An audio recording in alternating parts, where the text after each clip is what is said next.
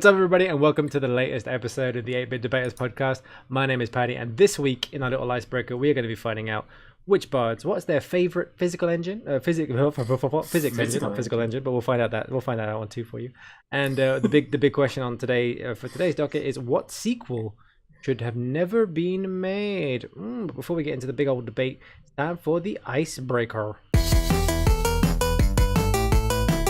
The icebreaker. This is the part of the show where you get to know us a little better and we get to know each other a little bit better. So I'm going to go around the room and ask you guys a question. I'm going to ask you guys two questions and you don't know what the second one is. Jordy, which game has your favorite physics engine? This question was very hard to answer for me, so I went with the game that I had a lot of fun with in high school, and that is the game Tory Bash. Okay. If you remember that, No, when you were in high school, I was a 40-year-old man. I don't. Yeah. I wasn't allowed in high school. So when I was in high school, 3 years ago, there was a game called Tory Bash that was quite popular because I think like PewDiePie did loads of videos on it, and it was basically two sort of stick figures, but like 3D, are fighting, but it's not real time, it's sort of time strategy, so it would move and basically you click on their joints and that would extend or something, and basically you just had to beat the shit out of each other, but it was like every second it would stop and then you'd do stuff and then you'd go and then you'd do stuff and then you'd move, so it was very time strategy based. Excellent. And now, Jordy, muffins or cookies? Cookies. Thank you. Rob, welcome to the show. Hello. How are you doing today? I'm lovely, thank you. Excellent. What's your favorite physics engine in a game? Like, what's the game? Yeah, I think most people would tend towards the silly side of things, but I think one I'm going to go for a bit more of the realism. I'm going to go for Max Payne 3. The way they did the physics on that game were bloody slick, and I don't really know why it hasn't been attempted since, in the sense of, you know, where you shot people and how the enemies reacted to where you're shooting them. I always find it really unnerving in a game where I'm shooting someone and I shoot someone in the chest and they fall down and they can't walk very well. You're just like, well, I shot him in the chest, and I just really enjoy that, and I think it always looks slick, and I think it's something they should work on a bit harder when they're trying to improve like the shooter genre, which is stale as fuck. Excellent, thank you, Rob. And mashed potatoes or roast potatoes? A mashed potato fan. Thank you very much. Alistair, how you doing? I'm doing well. How about you? Yeah, good, thank you. Al, you know the question. What is it? What's the game? Well, most people will go for a silly game, and I, of course, am one of those people. I have gone for Gang Beasts. It's between that and Human Fall Flat, but like they're both kind of very similar, like kind of physics engines. It's a lot of fun. It's very gangly. There are limbs flying everywhere, bodies flying everywhere, and you can just stick to surfaces, slide off a blimp. What's not to love? It's just so ridiculous and fun. Excellent. Thank you very much, Al. Chocolate or sweets? Chocolate. Thank you very much. And for me, lad. For me, I'm gonna go for Portal 1, Portal 2, whichever. Choose one. Portal 2. That one, I think. We are strict. That one a bit more variety, I think, and just a really well-made game that's all about physics and using the physics to get around and navigate and stuff, and just very clever and very, very fun. Well, thank you very much, guys, for your wonderful answers. So we're going to move on now to the main part of the show, the big old meaty chunk of the show, the mass debate.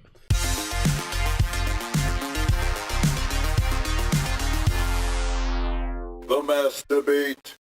So this week on the show, we are asking the question, what sequel should never have been made? Now this one's gonna cause a few fights, I think. I think this is also one that people probably get quite angry about in the comments. Hopefully, you please comment. Engage with us.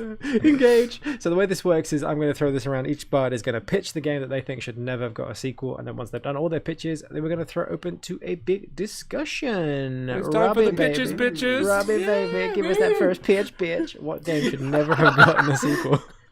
Where's this going? I don't know. To hell. Rob, preach. Yes. Preach, bro. Okay, so I have decided to go for Destiny 2. No, I'm out. It's alright. I'm out. I'm gone. He quit. He's gone. Good. Is he back?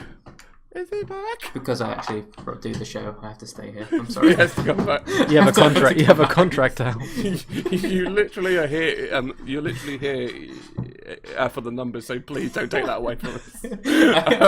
I have an obligation. So yeah, I've gone for a Destiny 2. The very reason why is because Bungie obviously broke away from the Halo series, went to make a new IP. The new IP where they is the most expensive game ever made, £500 million, and they had a 10-year plan of this like fantastical game, which was a shooter and an RPG and an MMO and a sci-fi and a fantasy and this, and it wanted to do everything for everyone, and it had this big grand vision, and then all of a sudden a few years later it's like a Destiny 2, and everyone who's into it is really kind of excited, and people who kind of played it were kind of sort of into it, and then that launched and it was just more the same, and everyone's just a bit like, it's kind of cool, and the people that are into it are really into it, but it didn't need to be made. Everyone who was into the first one could have just carried on playing the first one. I very much doubt it added anything that was so remarkably new or so what people wanted that it's caused a big fuss. It's just kind of come out and everyone's like, it's out. Yeah, very well put. Thank you, Rob. Geordie, Yes. what sequel should never have been made? I went for Saints Row Get Out of Hell.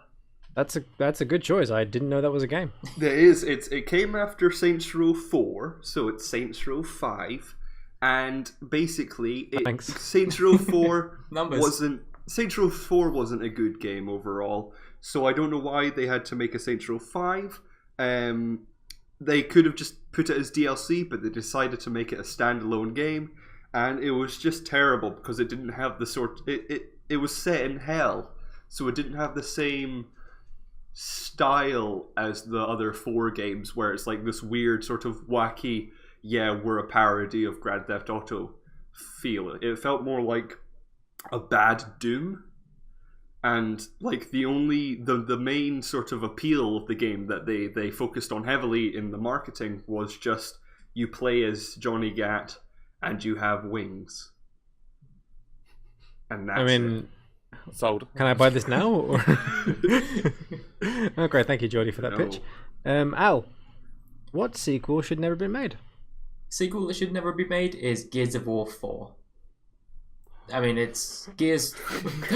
I mean, I've blown everyone's minds here. Everyone's just... It's shock and awe. That's my tactic. Shock and awe. Get in there quick.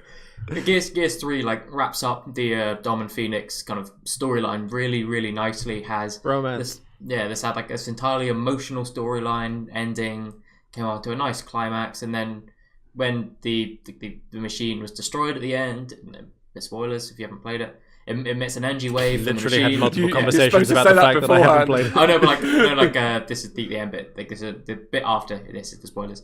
It literally kills all the locusts and lambent. So you've essentially destroyed your main enemy. The main characters you've been playing for the last 3 games. Their entire storyline has been wrapped, and kind of they've closed the narrative quite nicely. And they're like, hey, let's make another one with new characters, a new entire storyline, a completely derivative area. That you like, well, why this isn't Gears of War? Yeah, it's the same world and it looks similar, but it has nothing to do with the Gears of War franchise that you've literally been building for the last God knows how many years. So it's completely unrelated. It should have just been a new IP, kind of a spin-off of Gears of War instead of a sequel. But yeah, that's why. I mean, it adds absolutely nothing new to the series. Sprinkle on some of that like Salt Boy. I think that's how they do it. Salt Bay, please. I'm glad you couldn't see me there. Yes. That's definitely getting cut out. I went like a dinosaur. Okay. Well, thank you guys. Thank you for those pitches. It's an interesting one for me to sit here judging, because 2 massive games like Gears of War is a game that Microsoft needed to show people that there's a reason that you should buy their console, not anyone else's console. And Destiny 2 is a huge game, whereas Saints Row, literally a middling series that no one cares about. So very strong argument there for that not needing get, or not, no one cares about anymore. If you have any rabid Saints Row fans, I don't want to make you guys sad. So very interesting for me. So what's going to happen now is you guys are just going to go for it, go at each other's throats. And then when I've decided I've heard enough, I will let you know. But for the meantime, fight.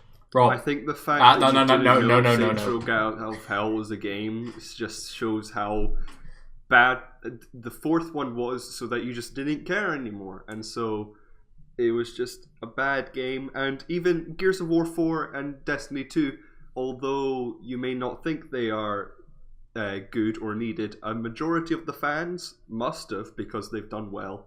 I mean, technically, Saints Row Get Out of Hell as a standalone expansion rather than a sequel, it actually lists itself as a standalone expansion. So I think the salt on the wound. It's a standalone. Rub the lotion in the as skin. a technicality, I'm saying it's not actually a sequel in the series. Rob, The judge shall take this under As a advisement. technicality, Rob, you can I'm suck my dick. no, I'm brushing out of the way so I can attack Rob now. How for it. very dare! How very dare you! I have one thing in this The life. thing is, I have you know destiny. I'm right. You know I'm right. No, 'cause They made a game that was promised to be this massive thing, But I think, and they they worked out moved- it didn't work, and then Yeah, they tried it again. The move to Destiny 2, I think, was the right idea for Bungie. Yeah, they had this massive plan and it didn't work out for Destiny. They had this 10-year constantly improving, constantly renewing and playing. Mm-hmm. But I mean, initially, right off the bat, it became kind of a bit of a shit show. And then with the DLCs, they started to slowly improve, and then they started to build a story. And I was like, all right, that's when I started getting into Destiny. I was like, okay, this is actually quite a good game. And then they come out with Destiny 2. They add a completely new story. They make likable characters. They literally take. I think they did it right. Instead of trying to leave a game and then add expansions on it, trying to fix it, they go, right, let's push this one away. We've kind of given up on it, and let's actually start again. And then they made a narrative around the game, which was one of the biggest issues. And they kept everything that was good about Destiny. Yes. Do you think Destiny 2 was a success? I think compared to Destiny 1, yes. I mean, a lot. In my mind, Destiny 1 and 2 both failed. They wanted to capture that kind of games as a service, which for me is the vein of like the video game industry just overall. For me, that if you're starting that as this is our scope, this is our plan, we want to have a game that's a 10-year plan sort of thing, you're already a bit of an arsehole. That's why the game is so grindy, is because that's what they wanted to do. They wanted you to spend hours and hours grinding away for crap, and they made this game which you know what, some people really enjoy it, and I'm not even having a go. I'm not even saying it's a bad game, really. I'm just saying that this argument, and this is why Geordie is not going to win this. This is not an argument about what is the worst sequel ever made. It's not necessarily about the game itself. It's what's the most unnecessary one. And for me, if you think about Gears of War, okay, Gears of War 1, 2, and 3, they were really, really good story, and they told a really good story, and they ended it by the third one. But at the end of the day, it's a story that's got a start and an end, and you've finished it. It's a series that hadn't been near for a good 4 or 5 years, so there's plenty of time for it to come by. And the fact is, if you want more Gears of War, then you're gonna have to make a new Gears of War game. I mean, they just started remastering. Like they had Judgment Day, then they had but the Gears of War remastering's not remastered. playing a remaster is not quite the same as playing a new game, is it? Well, I mean, if you've got fans of a series, but the thing is, you need to service them. If you've changed nothing in a game, you essentially might have just remastered one of your old games at half the cost, and you would have at least told the people buying the game what they're going to be expecting, instead of dropping like a completely sort of almost unrelated storyline when you've been immersed into this entire experience of following the Dom and Phoenix storyline. I don't necessarily disagree with you, really, but my point being, it doesn't necessarily mean that it was unnecessary, though, because it is a necessary sequel for people who are fans of Gears of War. I have played, if you're a fan who's played the Gears of War trilogy 4 or 5 times, you're really into it, and they go, Gears of War 4, and you're like, yeah, I'm getting more Gears of War, I'm excited. As a Destiny's fan, with it being a games for a service, the only reason you're buying Destiny 2 is they just want a bit more of your money. That's Yeah, I it. mean, They I'll- just want I'll- another £55 out of your pocket. I'll and give- that's I'll it. give You're not actually- getting reserviced. Like my reasoning for buying Destiny 2, I mean, because I actually love the game. It's because you're a mug. Yeah, I'm an absolute mug, man. I fell for it. Hook, line, and sinker. They threw me the dummy and I bought it. You just throw your money at I them. don't really care. I don't even know what I bought. I ended up with it. No, I mean Mm-hmm. they start from the trailers. It looked like they started to develop a story, and Cade actually became this guy who was sort of like he's a machine, but person robot. Like he actually became a bit. You were like, all right, I get this guy in the first Destiny, and then in the second Destiny, he actually became a proper character, and you started Why to. couldn't that come out as just an extension? Because I mean, Just out of they curiosity. completely changed. Like they had a new direction in the story. Like not completely But changing. why one can't after they the put other. a new? Why don't they put a new direction in the story? It doesn't need a new game. It Yeah, can but I just mean, it's- have, the next expansion pack. Let's I try mean, and like, get their even more expansion- growth. Just like the Siege approach, just like all of them, the games that are winning back the goodwill. Why would you throw that away just to bring out Destiny 2 and then I everyone mean, buys it? It's grindy as fuck. And their expansion you know? pack, their expansion pack thing is sort of all right. This new, It was like, working. Yeah, I mean, it still does, and it's kind of like how It was how they're- growing. It's how they're doing their 10 year plan, like in quotations. That's like kind of how they're trying to do it, is through expansion packs and kind of grinds and all that. But I think the second Destiny, because it kept the same world, the same characters, but it completely changed the dynamic of the world. You started the second Destiny with the tower that you knew, the kind of the hub of the entire game being destroyed, like the guardians that you kind of knew being killed and lost in action. And then you moved around and you lost your light, your powers. I don't think that would have worked if it was within the same Destiny, because there was such an alteration to the entire game that you knew, yet still keeping the same Destiny. That is just a plot thread. That's not something that that's a plot thread. That's something that you can just go, well, you know what? We could have just given all the features that they've got with the new Destiny 2 in a nice, fancy free update. No, because I mean, it wouldn't have worked as an update, because the scale of it was firstly massive, and then I think there was so much. No Man's Sky did it. Yeah, but No Man's Sky had like huge issues, and no one was playing it to begin with. So they could have. But They could have. Isn't that what? I like Destiny. No, I mean, no one, I think huge issues and no one playing it. It started to build a player base towards the end of Destiny 1, and like I think maybe the Taken King. Why, if you're building, why would you then reset? Because It makes no then you sense. bring in the new clientele, essentially. You bring in new players who will go, okay, I think I'm not going to play Destiny 1 because I hear it's broken, and therefore blanket Destiny 1 as like redundant and broken. So if you release it as Destiny 2 and hear the positives coming from Destiny players, and then show that there is now a story developing within Destiny 2.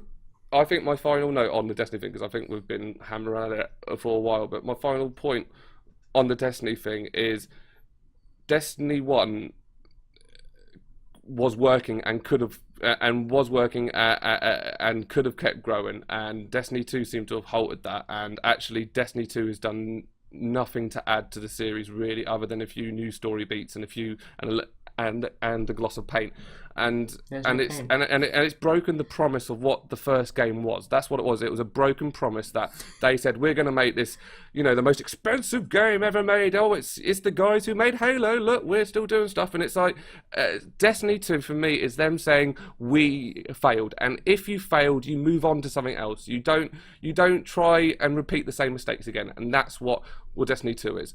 But Did I give the salt to you?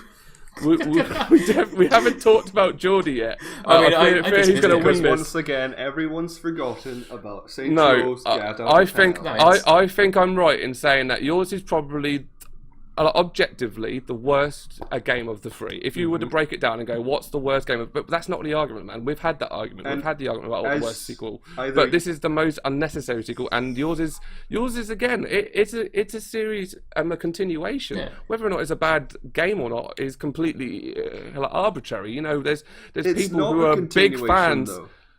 It's a well, standalone no, story of. I mean, Yeah, it's a standalone it's- expansion that does actually start off where Saints Row 4 left off, because they're in the spaceship, which they ended Saints Row 4 in. So it is essentially a brief but very slight continuation, even Man's though done his they research. technically... As even- you or no, Rob as or they. Al said, that it's just a standalone Yeah. expansion. That's how So that's how why did Saints they Row have got to out. make it its own game? Why couldn't it just be a DLC? It being its own game makes it meaningless. I mean, It doesn't- I'd call it more a it's spin-off. I mean, a it's spin-off not than a meaningless sequel. for fans of the series, though, is it? If Yeah. you're a Saints Row fan It and they're was. saying to you, None of "Oh, us liked it. No, it got fairly decent reviews and reactions. A lot of people said it had a So did refreshing. all the ones you guys are talking about. No, I mean, Gears of War. Yes, more so. But again, I think we're missing the point again about like we're not, whether it's a Bard game or not, it doesn't matter. It doesn't. It's the fact that it was a game to service the fans of the Saints Row series. It was a spin-off, just like all sorts of series do. And you know what? If you're really into Saints Row, you're probably really into it. But if you weren't and you just sort of enjoyed it for like messing around, then you probably weren't. That's like Link's crossbow training. If you do not like Link's crossbow training, doesn't mean that there's not actually hundreds of people who actually really think it's great, even though it's not like The Legend of Zelda. You know what I mean? It's one of those ones where it's a throwaway. Why? It's not unnecessary. It's just a whole bad. lot of people enjoyed Gears of War 4 and thought it was great and are looking forward Yeah, to but Gears of War 5. I agree. It was like a half decent game. I mean, it did nothing wrong in terms of what the Gears of War franchise is. But you didn't need to have that sequel. You didn't need to bring it in. There was no need to make a Gears of War 4 because the storyline of 3 finished what we'd followed in the last 3. But the Gears series had got pretty old though. It was about time they had something new. Oh no. I mean, It was needed for Xbox to have an exclusive. They should have just let it fizzle out on top. Essentially, Gears of War 3 ended a trilogy of amazing games that was a masterpiece on Xbox gaming. And so when they added 4, it kind of now it's not this flagship that it once was. It's now just kind of Gears of War 4's out, now Gears of War 5 coming out. Like it doesn't have that same hype that it used to do, and that died after Gears 3. So I think Gears of War 4 was not only unnecessary, it also did bad things for the series. Like it wasn't a bad game, but I think I wouldn't say the series is any worse shape than what it was before Gears of War 4. I think because Xbox had it, it had Halo, it had Gears as its sort of two main runners of buy an Xbox, you get to play these two amazing games. And yeah, granted, for the time they advertised them, they were brilliant. Gears 1, 2, and 3 were amazing games. I absolutely love them. I mean, and then it's the same with the Halo series as well. After a certain point, it also kind of became a bit redundant. But I think Gears 4 was a bit more of a dramatic shift, whereas Halo was more subtle. Hence why I didn't pick a Halo answer. And I suppose as well as that, when you come to think of Gears 4, when they returned to a franchise which was, like you say, so iconic, where you've got iconic characters, it's kind of like the problem they had when they tried to make Assassin's Creed 3. It's how do you follow someone as iconic as Ezio? And I imagine it suffered from the same problem, that no matter what they did, no matter what story they threaded and what sort of way they told it, the fact you're not playing as Marcus and Phoenix is always gonna hurt. And I think there's quite a lot of games you'll find this, when they come back to reinvent themselves, they need that one game. It's kind of like Assassin's Creed. Origins is kind of like the segue between the old series and the new Odyssey. It's it needs that game to just get it on the engine. Let's get the game made. Let's put it out there. But it's a point that's needed. But it would have worked. Needs to carry on. It would have worked as a spin-off, a kind of exactly a link. No, but not a sequel, but a spin-off, a complete link, a different. They do consider it a spin-off. Link. If you hear any interviews with the execs, that's why it's called Gears 4 and Gears 5, not Gears of War. I mean, if you label it Gears of War 4, or if you label it Gears 4 after everyone's called Gears 1, 2, and 3, I mean, the shorthand for Gears of War has always been Gears 1, Gears 2, Gears 3. So I mean, they essentially have labelled it as a sequel by having it as Gears 4. Yeah, they haven't tried to call it a spin-off, so that by the titling alone, it makes it a sequel. Yeah, if they had it a spin-off, it would have been. I think it maybe would have given people the impression of, all right, we were expecting a different game. It would have carried on the same feel as Gears of War, so everyone would have been quite comfortable with it being in the Gears world, and then start a new storyline that people would get behind, starting to learn the new characters and all that. But when you're 4 games into a series, the last thing you want to do is have all the characters disappear and all the new characters just to appear. It doesn't make any sense. I found that quite refreshing sometimes, that you got to wipe the slate clean and try with a fresh set.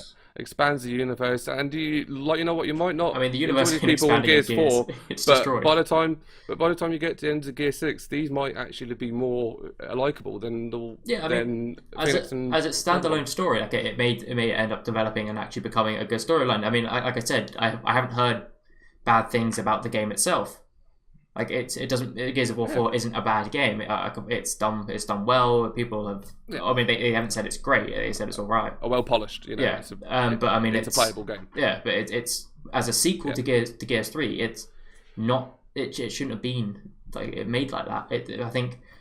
I don't know the whole storyline that we've been building up to. I mean, because Gears 1, 2, and 3 were emotional.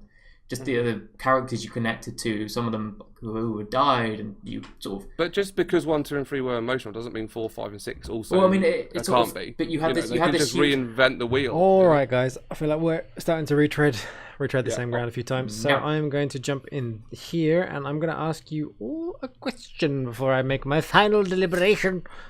Geordie. Yes. Why was Gears of War 4 absolutely necessary for Microsoft Studios to make? So that they had, as I said, an exclusive that people would buy because it's Gears, and it's a beloved franchise. And I think